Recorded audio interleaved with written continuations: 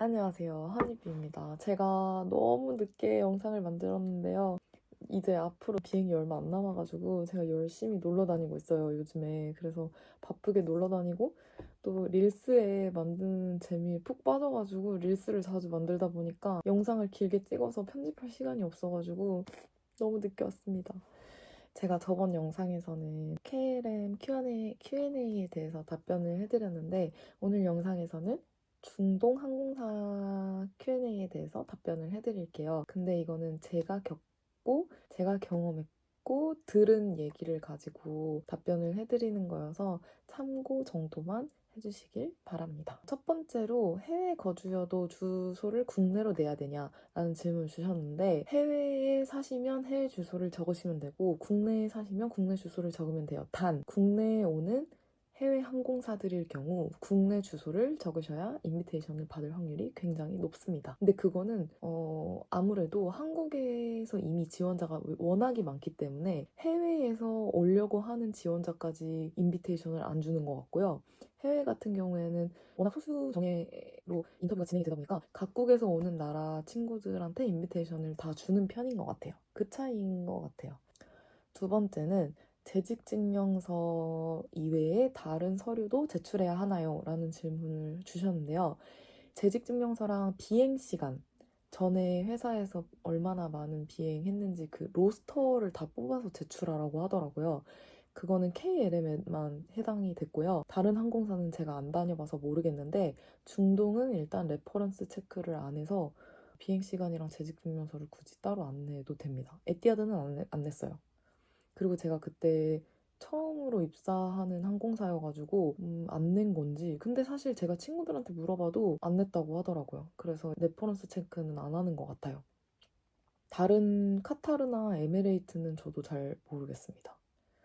세 번째, 항공과를 가는 게 좋을까요? 라는 질문을 주셨어요. 이분 아마 지금 항공과를 갈까 말까 고민을 하고 계시는 분인 것 같은데 만약에 성적이 좋으셔서 뭐 좋은 대학을 갈 수 있거나 아니면은 그냥 일반 대학교 4년제 뭐 괜찮은 대학을 갈 수 있다 하면 저는 거기를 가는 거를 추천드립니다. 막상 일을 시작하면요. 되게 다양한 학교에서 많이 와요. 그리고 항공과를 굳이 안 나와도 승무원은 무조건 할 수 있습니다. 그래서 진로의 방향을 좀 다양하게 두고 하는 게 제일 좋은 방법인 것 같아요.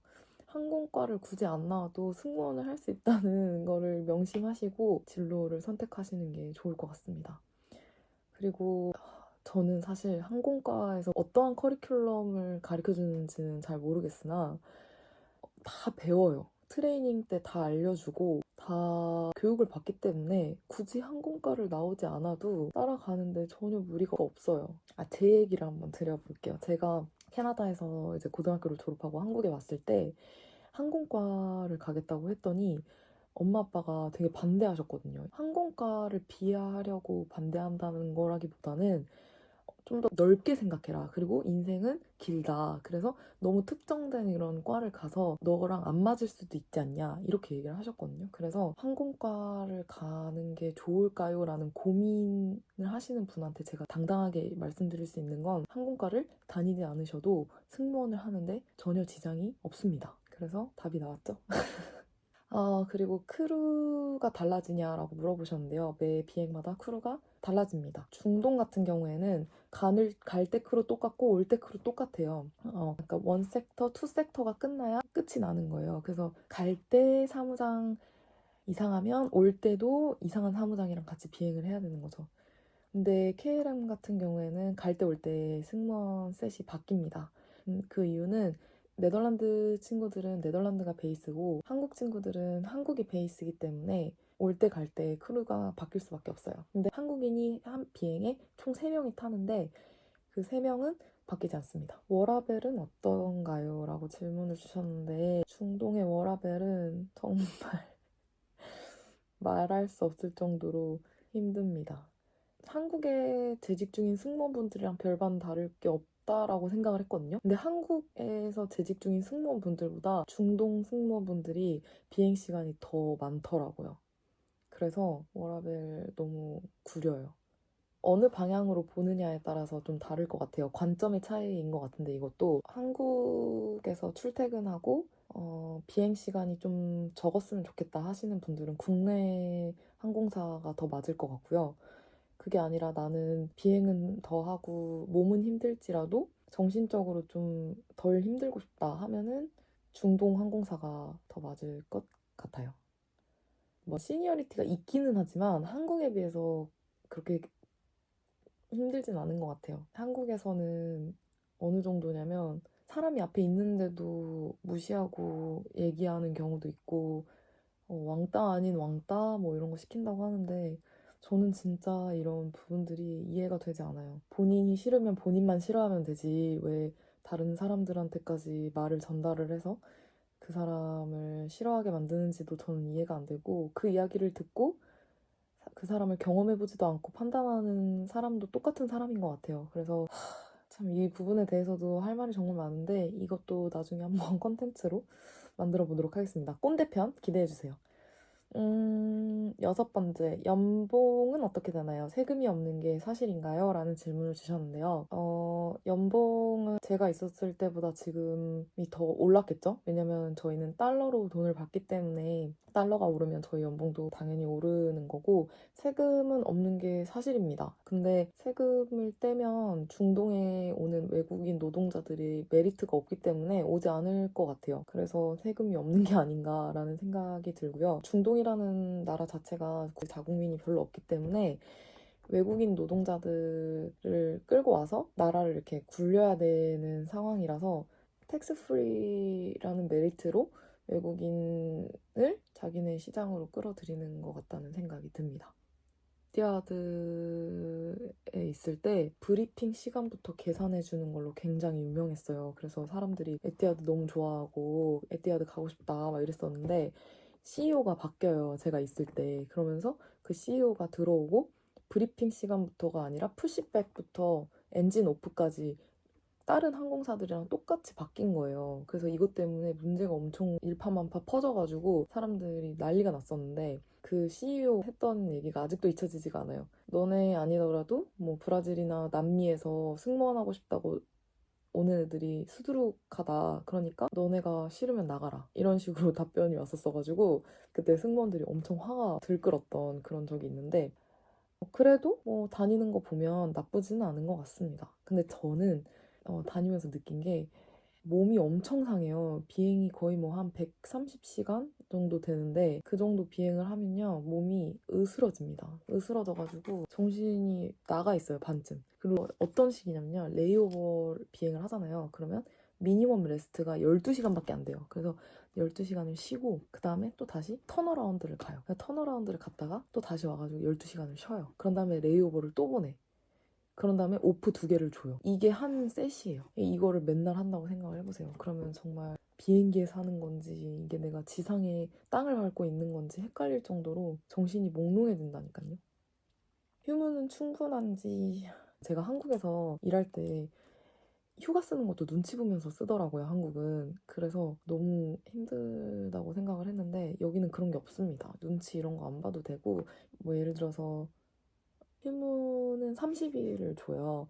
그래서 이 30일을 본인이 원하는 시간대에 쓸 수가 있고 만약에 한 번에 다 쓰고 싶다 하면은 한 번에 다 쓸 수도 있습니다. 눈치 안 봐도 되고 아무튼 연말에 그 비딩을 해요.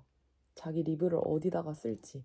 그래서 그 비딩한 대로 웬만하면 주기는 하더라고요. 근데 뭐 예를 들어서 사람들이 다 신청하는 뭐 크리스마스라든지 뉴 이어스라든지 이런 데다가 만약에 리브를 신청하면 당연히 안 줄 확률이 높아요.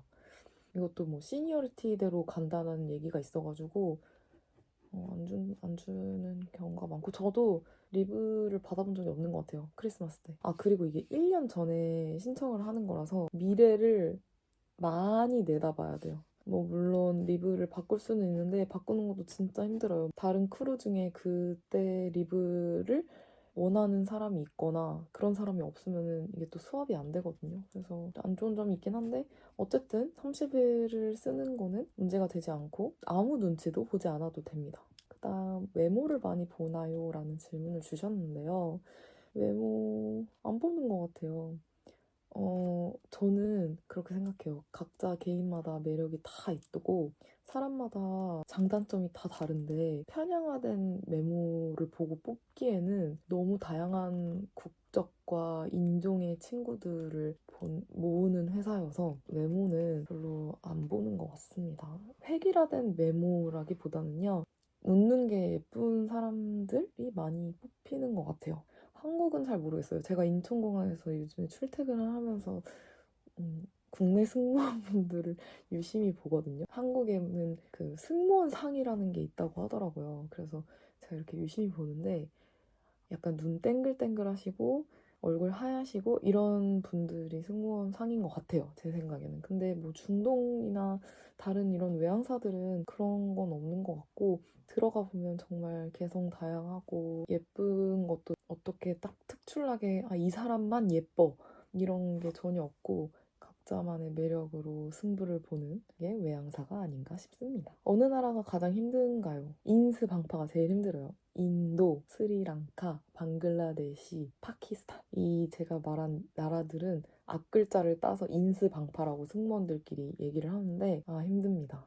턴어라운드로 주로 많이 가는 나라들이거든요. 한번 가면 이제 내려주고 또 다시 거기서 손님을 태워서 돌아와야 돼요. 그게 이제 한 세트인데 하고 나면 진짜 진이 빨립니다. 그리고 저는 그 인스방파 비행도 비행이지만 이집트 비행, 모로코 비행도 정말 싫어했어요.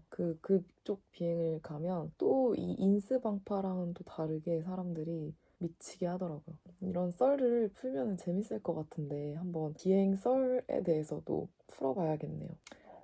연애는 누구랑 하나요? 연애요? 연애 저는 이미 항공사 들어가기 전에 남자친구가 있었어가지고 뭐 연애를 누구랑 하나 이런 생각을 해본 적은 없는데 저는 항공사 직원 남자로 잘 안 보이더라고요. 그래서 뭐 가끔 뭐 동료를 사귀는 분들도 간혹 있긴 한데 제가 호기심이 되게 많은 편이어가지고 같은 직종에 있는 사람들한테 호감을 못 느끼는 것 같아요. 근데 주변에 이제 동생들 보면은 소개팅도 많이 하고 한국에서 승무원하러 오시는 분들도 많지만 뭐 해외로 파견 나오신 분들도 있잖아요. 그런 분들이랑 만나기도 하시더라고요.